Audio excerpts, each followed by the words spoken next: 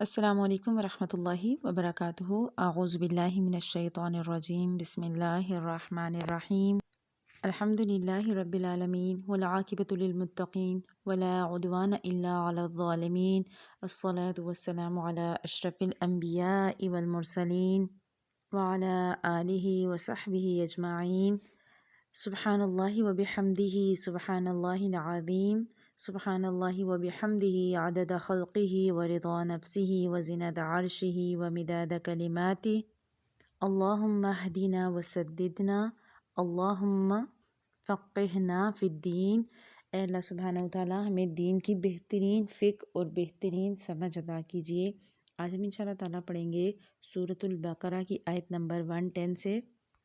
بسم اللہ الرحمن الرحیم۔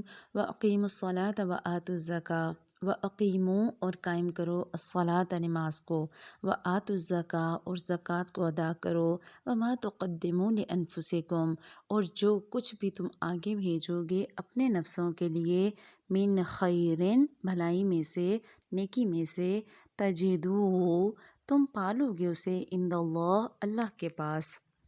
ان اللہ بے شک اللہ سبحانہ وتعالیٰ بما تعملون بصیر جو کچھ بھی تم عمل کرتے ہو انہیں خوب اچھی طرح دیکھنے والا ہے۔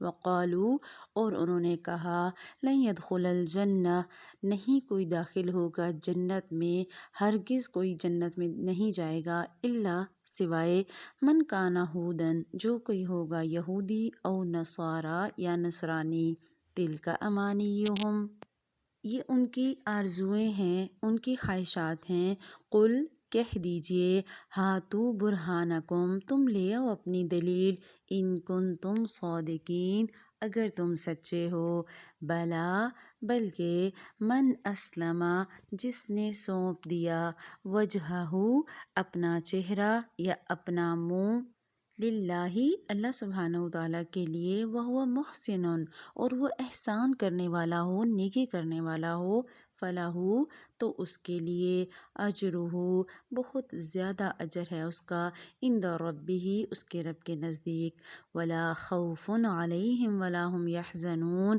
نہ ان پر کوئی خوف ہوگا اور نہ ہی وہ غمگین ہوں گے۔ وقالت اليهود ليست النصارى على شيء وقالت النصارى ليست اليهود على شيء وقالتی اور کہا، الیہود یہود نے، لیست النصارى نہیں ہے نصرانی، علی شیء کسی چیز پر، وقالت النصارى اور نصارہ نے کہا، لیست الیہود علی شیء نہیں ہے یہود کسی چیز پر، وہم یتلون الکتاب اور وہ کتاب پڑھتے ہیں، کتاب کی تلاوت کرتے ہیں، کذالک قال الذین اسی طرح کہا ان لوگوں نے، لا یعلمون جو نہیں جانتے، مثل قولہم انہی کی مانند بات، فاللہ یحکم بینہم یوم القیامہ فاللہ بس اللہ سبحانہ وتعالی، یحکم وہ فیصلہ کرے گا، حکم دے گا، بینہم ان کے درمیان، یوم القیامہ قیامت کے دن، فی ما اس چیز کے بارے میں، کانوا وہ تھے، فیہ یختلفون جس میں جھگڑا کرتے یا اختلاف کرتے، یعنی جس میں وہ جھگڑا اور اختلاف کرتے تھے، قیامت کے دن اللہ سبحانہ وتعالیٰ ان کے درمیان فیصلہ کرے گا۔ آج کی جو ہماری آیات ہیں ان میں بھی بہت ہی زیادہ عمل کی چیزیں ہیں۔ اللہ سبحانہ وتعالیٰ نے پچھلی آیات میں ہمیں بتایا کہ یہود حسد کی وجہ سے، بغض اور عداوت کی وجہ سے مسلمانوں کی طرف کوئی بھی نیکی یا کوئی بھی بھلائی آتی ہوئی برداشت نہیں کر سکتے تھے، اور مسلمانوں کو بدلے میں کیا کہا گیا کہ ان سے الجھنے کے بجائے فاعفوا واصفحوا معاف کر دو اور درگزر کرو۔ بعض دفعہ درگزر کرنا، آپ کا خاموش ہو جانا اگلے بندے کو احساس دلانے کے لیے کافی ہوتا ہے کہ وہ غلطی پر ہے۔ ہمیں کیا کرنے کا حکم دیا گیا؟ آج وہ ساری چیزیں ہیں، ڈوز کیا کیا کرنا ہے۔ ایک تو معاف کرنا اور درگزر کرنا، پھر اپنی ذات پر توجہ دینی ہے، اپنے معاملات پر توجہ دینی۔ حکم آیا واقیموا الصلاۃ نماز کو قائم کرو، وآتوا الزکاۃ اور زکوٰۃ کو ادا کرو۔ اب نماز کو قائم کرنا، نماز کو قائم کرنے میں جو جو چیزیں شامل ہیں بہت ڈیٹیل سے ہم انہیں پہلے پڑھ چکے کہ نماز کو خشوع خضوع کے ساتھ ادا کرنا، اول وقت میں ادا کرنا، اور ایسے ادا کرنا کہ واقعی میں جو ہے وہ نماز پڑھتے ہوئے آپ کو لگے کہ آپ نے اللہ سبحانہ و تعالیٰ کے سامنے کھڑے ہو کر نماز پڑھی۔ نماز کو ادا کرتے ہوئے جگہ، لباس اور طہارت کا مکمل طور پر انتظام نماز کو قائم کرنے میں شامل ہے۔ پھر وآتوا الزکوٰۃ، زکوٰۃ ادا کرو۔ یہاں پر نوٹ کریں کہ دو چیزیں ہیں، نماز اور زکوٰۃ، اور جہاں جہاں قرآن پاک میں نماز کا ذکر آیا موسٹلی ساتھ زکوٰۃ کا یا مال کا اور صدقات اور خیرات کا ذکر آیا۔ اس کی وجہ کیا؟ جسمانی اور مالی دونوں عبادات مومن کے لیے ضروری ہیں۔ اگر وہ جان لگائے گا تو اس ایمان کے ساتھ کہ اللہ اس کو اس کا اجر دے گا، اور اگر وہ مال لگائے گا، مال میں سے خرچ کرے گا، ایک تو مال کی محبت دل میں نہیں جمے گی، مال کی محبت دل میں بسیرا نہیں کرے گی، دوسرا مال دینے سے اللہ سبحانہ و تعالیٰ کی بہترین رضا بھی ہوگی۔ ہم کیوں پڑھتے ہیں التحیات للہ والصلوات والطیبات، اے اللہ میری ساری عبادات تیرے لیے، جسمانی بھی اور مالی بھی، مجھے تو جسم سے بھی پاک کر، میری روح کو بھی پاک کر، میرے مال کو بھی پاک کر۔ اسی لیے اللہ سبحانہ و تعالیٰ کہہ رہے ہیں دوسروں پہ توجہ دینے سے بہتر ہے اپنے کردار کو مضبوط کرو، اپنے آپ کو سنوارو، نماز کے ذریعے اور زکوٰۃ کے ذریعے اپنا جسم بھی پاک کرو، سوچ بھی پاک کرو، اور اپنے مال کو بھی پاک کرو۔ اور پھر ساتھ وجہ بھی بتا دی گئی کہ وَمَا تُقَدِّمُوا لِأَنفُسِكُم مِّن خَيْرٍ، تم جو کچھ بھی بھلائی یا نیکی آگے بھیجو گے تَجِدُوهُ عِندَ اللَّهِ، تم اسے اللہ کے پاس پا لو گے، تمہاری نیکی رائے گاہ نہیں جائے گی، تمہارا اجر ضائع نہیں ہوگا۔ ہمارے ہاں کیا مشہور ہے؟ نیکی کر دریا میں ڈال۔ حالانکہ اللہ سبحانہ و تعالیٰ کے پاس یہ فارمولہ نہیں ہے، اللہ سبحانہ و تعالیٰ کا فارمولہ الگ ہے۔ نیکی کرو گے ہمیشگی کا اجر پاؤ گے، ہمیشہ ہمیشہ کے لیے وہ محفوظ ہو جائے گی، لیکن پیچھے کاؤنٹ ہوگی نیت، کس نیت سے نیکی کی، اس نیکی کو کبھی بھی آپ اور میں ضائع نہیں کر سکیں گے، اور اللہ سبحانہ و تعالیٰ ضرور ضرور اس کا اجر دیں گے۔ اور یہ جو لفظ ہے نا خیر، خیر کہتے ہیں کوئی بھی نیکی، کوئی بھی بھلائی، اینی گڈ ڈیڈ، جو کچھ بھی آپ آگے کریں گے تو قدمو آگے بھیجو گے، ڈپازٹ کر دو گے۔ ہم کوئی بھی کام کرنا ہوتا ہے تو ہم اس کے لیے پلاننگ کرتے ہیں۔ آپ نے کوئی بزنس شروع کرنا، آپ اس کے لیے پہلے سے اگر سیونگ کرتے ہیں تو وہ آپ ڈپازٹ اپنے پاس رکھ رہے ہوتے ہیں ایمرجنسی سچویشن کے لیے۔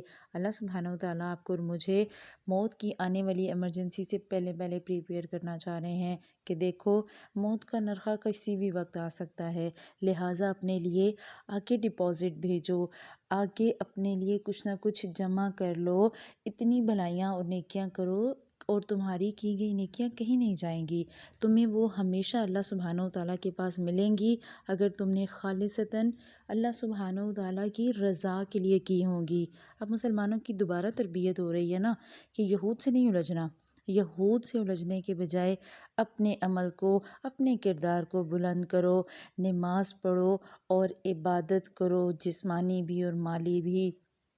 اور پھر مزید اوپر یہ کہ ان اللہ بما تعملون بصیر، اللہ تمہارے سارے کاموں کو دیکھ رہا ہے، اللہ کو خوب پتہ ہے تم نے کیا کیا اور کس نیت سے کیا، تمہاری اگر تم نے کوئی نیکی کی اس کے پیچھے وجہ کیا تھی، چاہے لوگ اس نیکی کی قدر کریں یا نہ کریں، لوگ سراہیں یا نہ سراہیں، لوگ تعریف کریں یا نہ کریں، اللہ کہہ رہا ہے کہ میں نے دیکھ لیا۔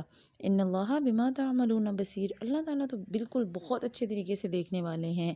اللہ سبحانہ و تعالیٰ کو پتہ ہے کہ کس وقت میں اور کس حالت میں آپ نے نیکی کی۔ بعض دفعہ ایسا ہوتا ہے کہ انسان کسی کے ساتھ بھلائی کرتا ہے لیکن آگے سے معاملات غلط ہو جاتے ہیں، بعض دفعہ ہمیں اس نیکی کا آؤٹ پٹ دنیا میں سامنے نظر نہیں آ رہا ہوتا، اللہ سبحانہ و تعالیٰ کہتے ہیں فکر نہیں کرنی، نیکی اگر کی چھوٹی سے چھوٹی ہوئی تب بھی تجدوہ عند اللہ، تم اسے اللہ کے پاس پا لو گے، وہ اللہ کے اکاؤنٹ میں سیو ہو گئی، جب تم وہاں جاؤ گے تو انشاءاللہ تمہیں وہ نیکی ضرور ملے گی۔ اگلی آیت میں اللہ سبحانہ و تعالیٰ یہود کے ایک اور دعوے کا رد کر رہے ہیں۔ کیا کہہ رہے ہیں؟ وَقَالُوا لَن يَدْخُلَ الْجَنَّةَ إِلَّا مَنْ كَانَ هُودًا أَوْ نَصَارَىٰ، جو یہود تھے اور نصارہ تھے وہ ایک دوسرے کو بلیم کرتے تھے، وہ کہتے ہیں ہمارے علاوہ تو جنت میں کوئی نہیں جائے۔ اس آیت میں یہ جو بات کی گئی نا، یہ لٹریچر کے حساب سے کی گئی۔ یہود کیا کہتے تھے؟ یہود کہتے تھے کہ جنت میں کون جائے گا؟ صرف یہودی۔ اور نصرانی کہتے تھے جنت میں کون جائے گا؟ صرف نصرانی۔ یعنی کہ یہودیوں کے لیے یہودیوں کا جنت میں جانا ضروری تھا اور باقی سارے نہیں جائیں گے۔ اور نصرانی کیا دعویٰ کرتے تھے، عیسائی کیا کہتے تھے کہ ہمارے علاوہ کوئی جنت میں نہیں جائے گا۔ اللہ سبحانہ وتعالیٰ کہہ رہے ہیں تِلْکَ أَمَانِیُّہُم، یہ تو ان کی خواہشات ہیں، یہ تو ان کی سوچ ہے کہ ان کے علاوہ کوئی جنت میں نہیں جائے گا، باطل خیالات ہیں ان کے، یہ ان کی وشفل تھنکنگ ہے کہ ہم نے ہی جنت کو سنبھالنا اور ہم ہی جنت کے ٹھیکیدار۔ اور اس کی وجہ کیا کہتے؟ کیونکہ ہم نبیوں کی یا پیغمبروں کی اولاد میں سے ہیں۔ انہیں یہ لگتا تھا کہ ہمارا نسل در نسل پیغمبروں کی اولاد سے ہونا۔ اب یہاں سمجھیے گا، بنی اسرائیل کو اللہ سبحانہ وتعالیٰ نے کیا دیا؟ ایمان کی نعمت دی، ان میں انبیاء بھیجے، فضیلت دی، ہم یہ ساری چیزیں پیچھے پڑ چکے ہیں۔ اللہ سبحانہ وتعالیٰ نے انہیں بہترین جو ہے وہ دور حکومت دکھایا، حضرت داؤد علیہ السلام کا دور، حضرت سلیمان علیہ السلام کا دور، اس کے بعد انہوں نے بدترین بھی دور دیکھا، فرعون کا دور، اور ایسے میں کہ جب ان کے بیٹوں کو ذبح کر دیا جاتا، ان کی بیٹیوں کو چھوڑ دیا جاتا، اللہ سبحانہ وتعالیٰ نے انہیں فرعون سے نجات دی۔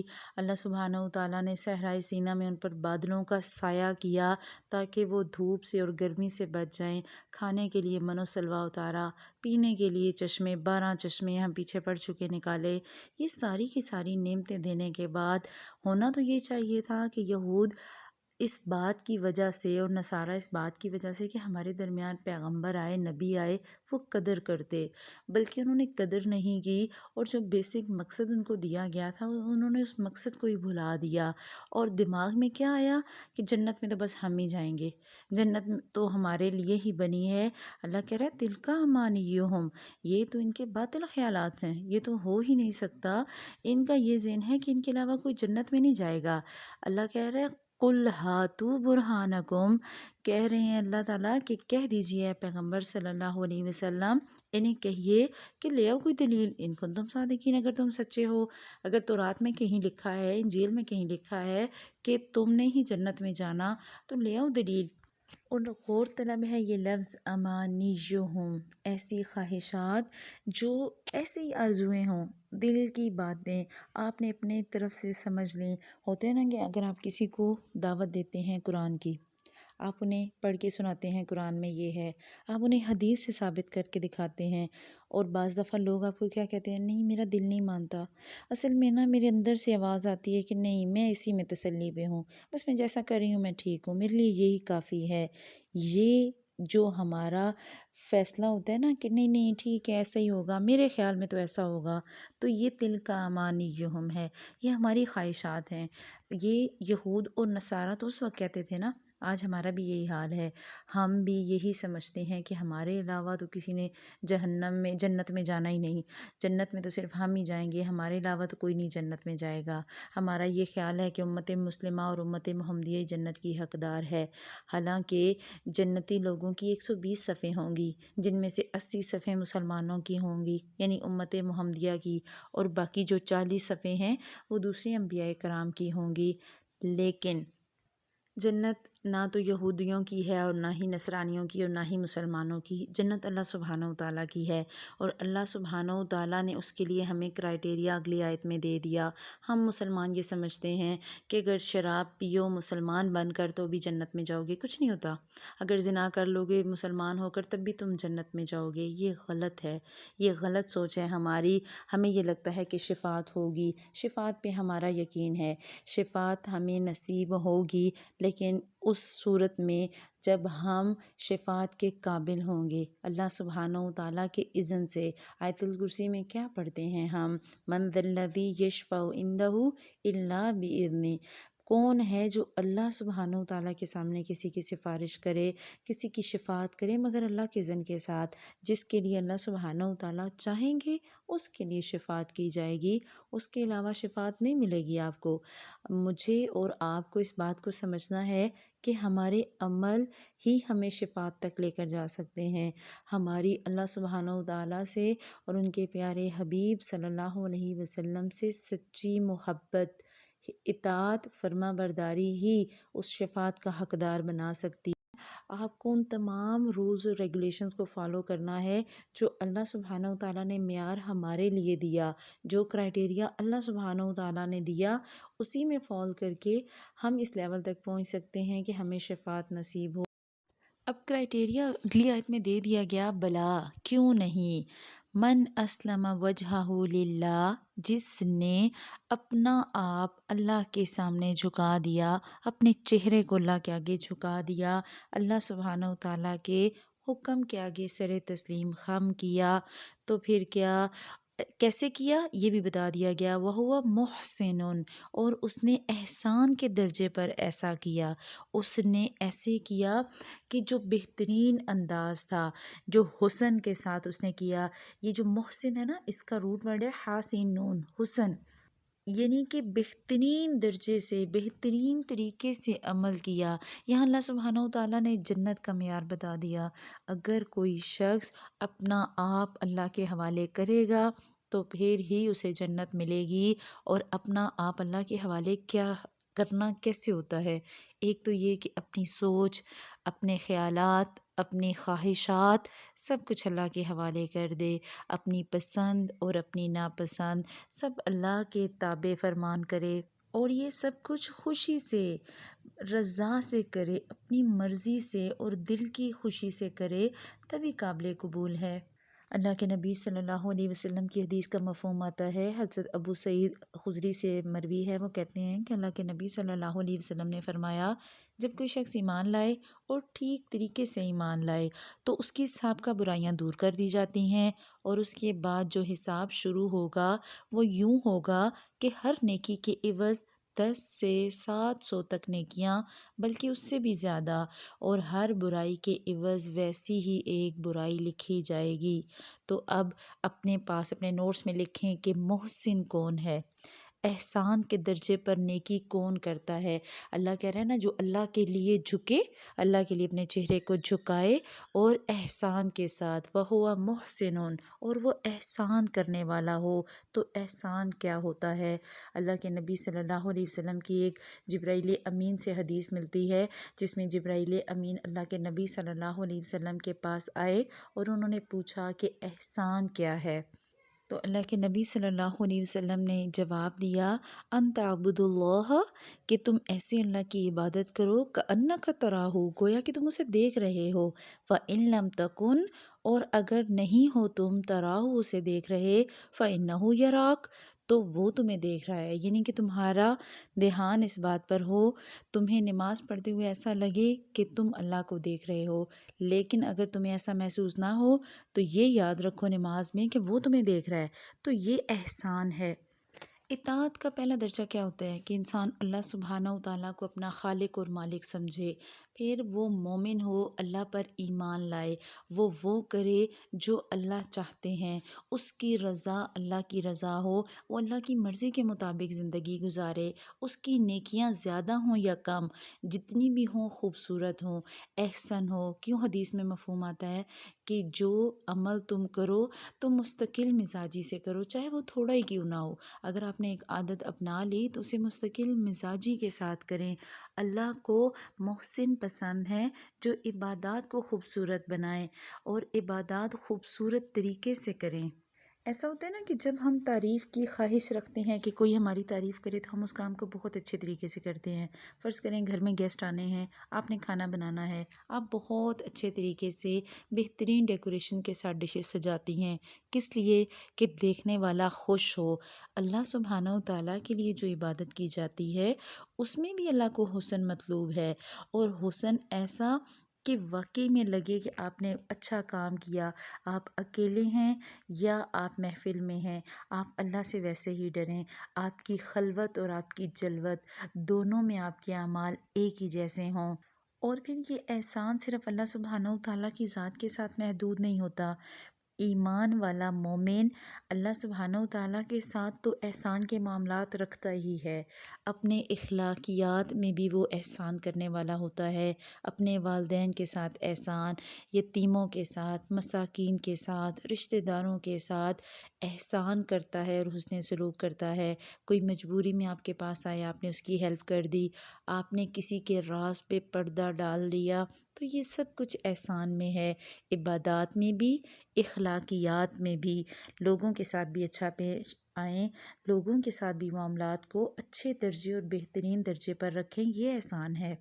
اور ایسے میں اللہ کے نبی صلی اللہ علیہ وسلم کا ایک بہت پیارا واقعہ ملتا ہے کہ اللہ کے نبی صلی اللہ علیہ وسلم گھر کے اندر تشریف فرما تھے کہ ایک شخص آیا، پوچھا کون ہے، وہ بولا، تو اللہ کے نبی صلی اللہ علیہ وسلم نے اماں عائشہ سے کہا کہ یہ قبیلے کا بدترین انسان ہے. پھر اللہ کے نبی صلی اللہ علیہ وسلم باہر گئے اور اس کے ساتھ بہت اچھے طریقے سے پیش آئے. حضرت عائشہ بہت حیران ہوئی کہ اللہ کے نبی صلی اللہ علیہ وسلم تو فرما رہے تھے کہ یہ شخص اچھا نہیں اور اس کے ساتھ اتنی اچھی طرح سے پیش آ رہے ہیں، ایسا کیوں؟ تو انہوں نے جب اللہ کے نبی صلی اللہ علیہ وسلم سے پوچھا تو آپ صلی اللہ علیہ وسلم نے کہا کہ سب سے بہترین انسان وہ ہے جس کی بد اخلاقی کی وجہ سے لوگ اس سے ملنا چھوڑ دیں، اور میں بہترین اخلاق کی تکمیل کے لیے بھیجا گیا ہوں. ہمارے نبی پاک صلی اللہ علیہ وسلم نے اخلاق کو، زبان کی خوبصورتی کو سب سے اہم قرار دیا. آپ جب بھی بولیں اچھا بولیں، کم بولیں لیکن اچھا بولیں، کیونکہ یہ زبان ہی وہ واحد چیز ہے جو انسان کو کامیاب اور ناکام کرتی ہے. آپ صلی اللہ علیہ وسلم کی حدیث کا مفہوم ملتا ہے کہ اکثر لوگ اپنی زبان اور شرمگاہ کی حفاظت نہ کرنے کی وجہ سے جہنم میں جائیں گے. تو اللہ سبحانہ و تعالی ہمیں ان دونوں جسم کے اعضاء کی حفاظت کرنے والا بنائے، کیونکہ زبان ہے تو ایک چھوٹا سا لوتھڑا، لیکن یہ بہت زیادہ رسوا کرتی ہے اگر یہ آپ کے کنٹرول میں نہ ہو. حضرت معاذ سے اللہ کے نبی صلی اللہ علیہ وسلم نے فرمایا تھا کہ زبان کو بند رکھو. تو حضرت معاذ نے پوچھا کہ اللہ کے رسول صلی اللہ علیہ وسلم، کیا زبان کی باتوں پر بھی پکڑ ہوگی؟ تو آپ صلی اللہ علیہ وسلم نے اتنی محبت سے جواب دیا. آپ نے فرمایا، سکیلت کا کا یا معاذ، اے معاذ تیری ماں تجھے گم پائے. وَهَلْ يَكُبُّ النَّاسَ فِي النَّارِ عَلَى وُجُوهِهِمْ أَوْ عَلَى مَنَاخِرِهِمْ إِلَّا حَصَائِدُ أَلْسِنَتِهِمْ، کہ لوگوں کو ان کی زبانوں کی کاٹ ہی ان کے چہروں اور نتنوں کے بل جہنم میں گرائے گی. یعنی کہ یہ زبان ہی ہے جو جہنم میں آپ کے لیے اور میرے لیے تکلیف کا باعث بنے گی اگر ہم نے اس پہ کنٹرول نہ کیا. تو اللہ سبحانہ و تعالی ہمیں بہترین اخلاق والا بنائے، بہترین اور احسن طریقے والا مومن بنائے، ایسا مومن جو اللہ کو مطلوب، احسان کے درجے پہ سارے کام کرنے والا. اب جو بھی احسان کے درجے پہ سب کچھ کرے گا، اللہ نے کہا کہ پھر اس کا اجر اس کے رب کے پاس ہے. پھر قیامت والے دن ولا خوف علیہم ولا هم یحزنون، نہ پھر ایسے لوگوں پر کوئی خوف ہوگا اور نہ ہی وہ غمگین ہوں گے، انہیں کوئی ڈر نہیں ہوگا. انہیں پتہ ہوگا کہ دنیا کی عارضی زندگی میں انہوں نے ہمیشہ اپنے اللہ کو، اللہ کی رضا کو مقدم رکھا، اب اللہ انہیں رسوا نہیں کرے گا. اللہ سبحانہ و تعالیٰ کے دین پر چلنے والوں کو اللہ سبحانہ و تعالیٰ قیامت والے دن اپنی رحمت کی چادر میں ڈھانپے گا، اور ایسا ڈھانپے گا کہ انہیں کسی طرح کا کوئی خوف نہیں ہوگا. اور اللہ کا یہ وعدہ ہے، اور جو اللہ ہے وہ پھر اپنے وعدے کے خلاف نہیں کرتا. ان اللہ لا یخلف المیعاد، اللہ تو کبھی بھی اپنے وعدے کے خلاف نہیں کرے گا. جو اس نے وعدے آپ سے اور مجھ سے کیے، انشاءاللہ اگر ہم اس سے کیے گئے وعدوں پر قائم رہے تو وہ جو ہم سے کیے گئے وعدے ہیں ان پر ضرور قائم رہے گا. بس ہمیں تھوڑی سی محنت کی ضرورت ہے. فرشتے سے بڑھ کر ہے انسان بننا، مگر اس میں لگتی ہے محنت زیادہ. محنت زیادہ کریں گے، زبان کو اختیار میں رکھیں گے، اللہ سبحانہ و تعالیٰ کی اطاعت پہ رہیں گے، پھر انشاءاللہ فرشتوں سے بھی آگے بڑھ کر اللہ سبحانہ و تعالیٰ سے اجر پائیں گے. کیونکہ اللہ سبحانہ و تعالیٰ کے پاس معیار ہی علم ہے. اگر ہم نے اس علم سے فائدہ نہیں اٹھایا پھر کچھ بھی نہیں ہو سکتا. آدمیت اور شے ہے، علم ہے کچھ اور شے. کتنا طوطے کو پڑھایا پر وہ ہے وہاں ہی رہا. علم حاصل کرنے کے باوجود اگر طوطے کی طرح کتابیں رٹی ہیں اور وہ علم عمل میں نہیں ہے، پھر ایسے علم کا بھی کوئی فائدہ نہیں، پھر وہ گدھے پہ بوجھ والی بات ہے. اسی لیے ہمیشہ دعا یاد کریں اور پڑھا کریں. اللہم فقہنی فی الدین، اے اللہ مجھے دین کی سمجھ عطا فرما، مجھے بہترین علم عطا فرما. اللہم انی اسألک علما نافعا، نفع مند علم دینا، وعملا متقبلا، ایسا عمل دینا جسے تو قبولیت بخشے. وقالت الیہود لیست النصارى علی شیء، یہود کہتے تھے کہ عیسائی کسی چیز پر نہیں، اور عیسائیوں نے کیا کہا؟ وقالت النصارى لیست الیہود علی شیء، اور نصرانی کہتے ہیں کہ یہودی کسی چیز پر نہیں. وہم یتلون الکتاب، حالانکہ وہ کتاب پڑھتے ہیں. اور اسی طرح کی بات کذالک قال الذین لا یعلمون مثل قولہم، اسی طرح کی بات ان لوگوں نے بھی کی جو علم ہی نہیں رکھتے. اب یہاں بات ہو رہی ہے مشرکین مکہ کی، جن کے پاس کتاب نہیں تھی، لیکن وہ بھی یہی کہتے تھے کہ ہم سے اچھا کوئی نہیں، ہم سے بہتر کوئی نہیں. اب یہاں اگر ان تینوں گروہوں کا ہم ذکر کریں تو یہود اور نصارہ اور مشرکین تینوں کا یہ دعویٰ تھا کہ وہ ابراہیمی ہیں. کیسے؟ یہود جو تھے وہ بنی اسرائیل کے نبی تھے حضرت یعقوب، ان کا جو بیٹا تھا یہودا، سب سے بڑا بیٹا، اس کے نام پہ انہوں نے اپنا نام رکھا یہود. اب یہود چونکہ وہ کہتے تھے کہ یہودا حضرت یعقوب کا سب سے بڑا بیٹا تھا، اس لیے ہم جنت کے حقدار ہیں، جنت تو ہمیں ہی ملے گی. جبکہ نصرانی وہ کہتے تھے کہ جو بنی اسرائیل میں حضرت عیسیٰ علیہ السلام آئے اور وہ عیسیٰ علیہ السلام کو اللہ کا بیٹا مانتے تھے، اور وہ کہتے تھے کہ ہم صحیح دین پر ہیں، جنت تو ہمیں ہی ملے گی. اور جو مشرکین مکہ تھے وہ یہ کہتے تھے کہ ہم تو ابراہیم علیہ السلام کی اولاد میں سے ہیں، ہمارے آبا و اجداد میں ابراہیم تھے، ہم نسلی ابراہیمی ہیں. لیکن اللہ سبحانہ و تعالیٰ نے کہا تینوں نہیں، تینوں میں شرک ہے. یہود حضرت عزیر کو اللہ کا بیٹا مانتے، نصرانی حضرت عیسیٰ کو اللہ کا بیٹا کہتے، اور مشرکین مکہ نے تو بت ہی بت بنا لیے، ہر طرح کے بتوں کی پوجا وہ کرتے تھے. اللہ سبحانہ و تعالیٰ نے کہا کہ نہیں، ابراہیم علیہ السلام کا تم حوالہ دیتے ہو، ابراہیم علیہ السلام تو مشرک نہیں تھے. وَمَا كَانَ مِنَ الْمُشْرِكِينَ، وہ تو مشرکوں میں سے تھے ہی نہیں.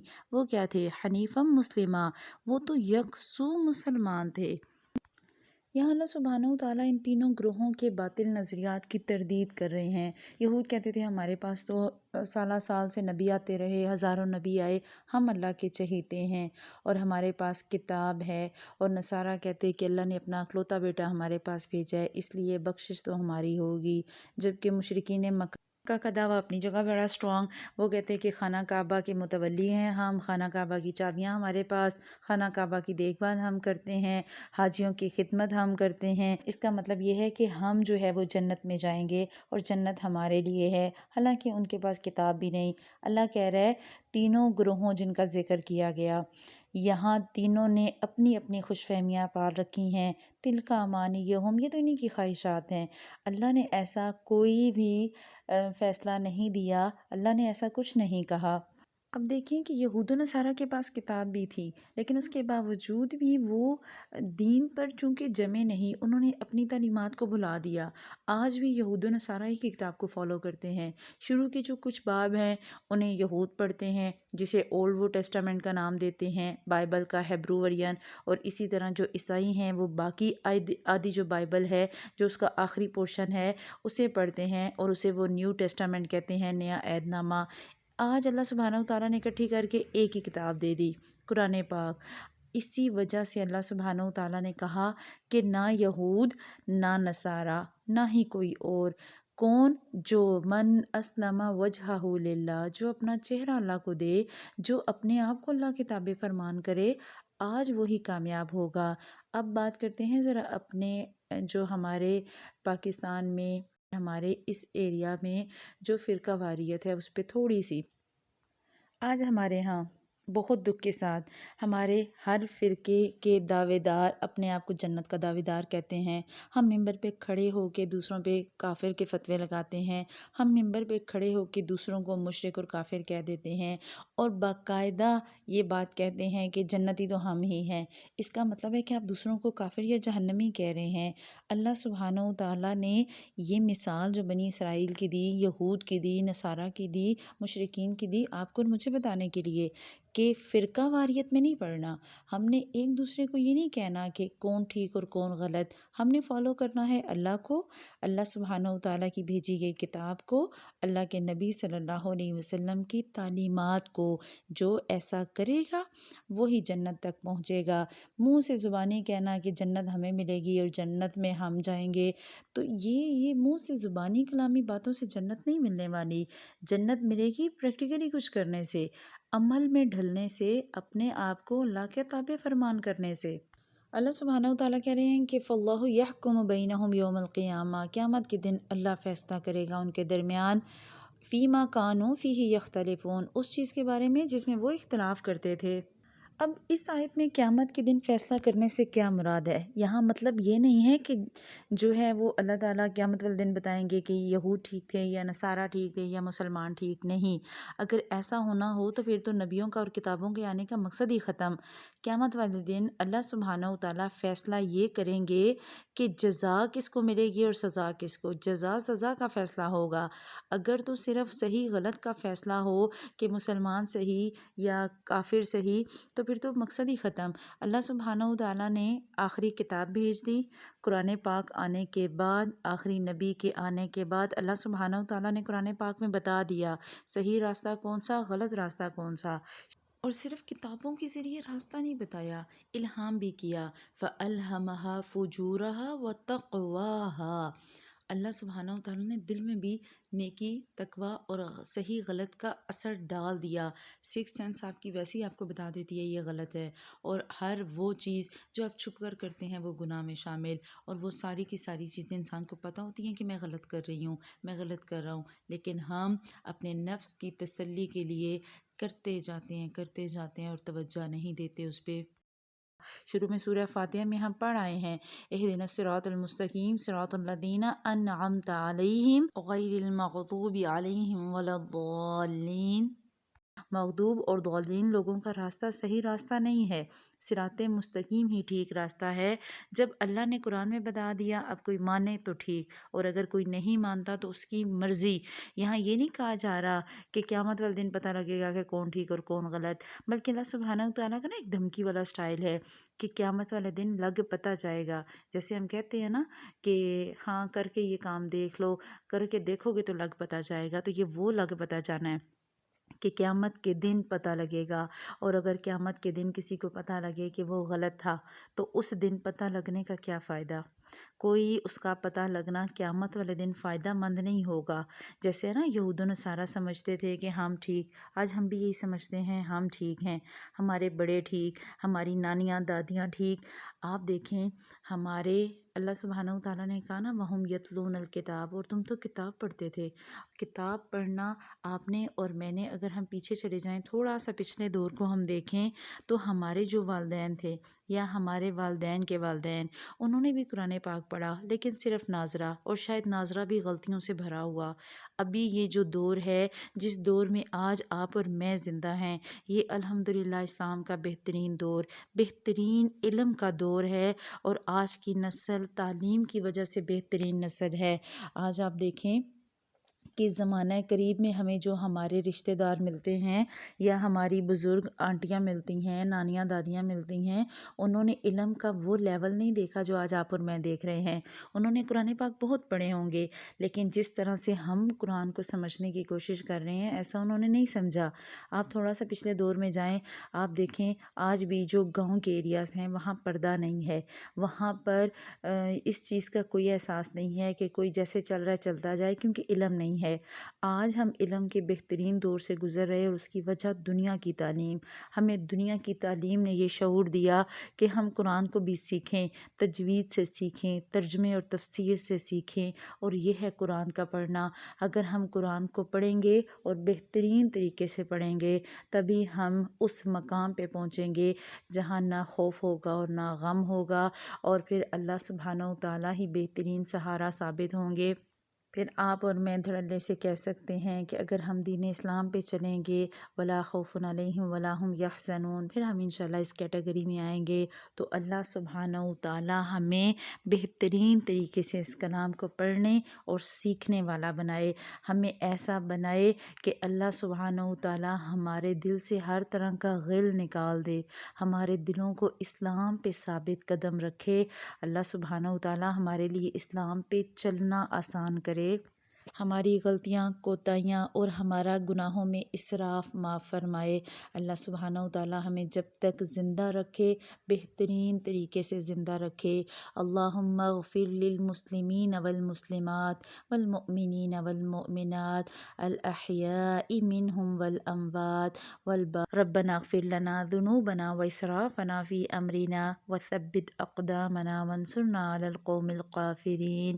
ربنا اغفر لنا ولإخواننا الذين سبقونا بالإيمان ولا تجعل في قلوبنا غلا للذين آمنوا ربنا إنك رؤوف رحيم۔ ربنا آتنا في الدنيا حسنة وفي الآخرة حسنة وقنا عذاب النار۔ بارك الله لي ولكم في القرآن الكريم ونفعني وإياكم في الآيات وذكر الحكيم، وتقبل مني ومنكم تلاوته إنه هو الغفور الرحيم۔ سبحانك اللهم وبحمدك نشهد أن لا إله إلا أنت نستغفرك ونتوب إليك۔ السلام علیکم ورحمۃ اللہ وبرکاتہ۔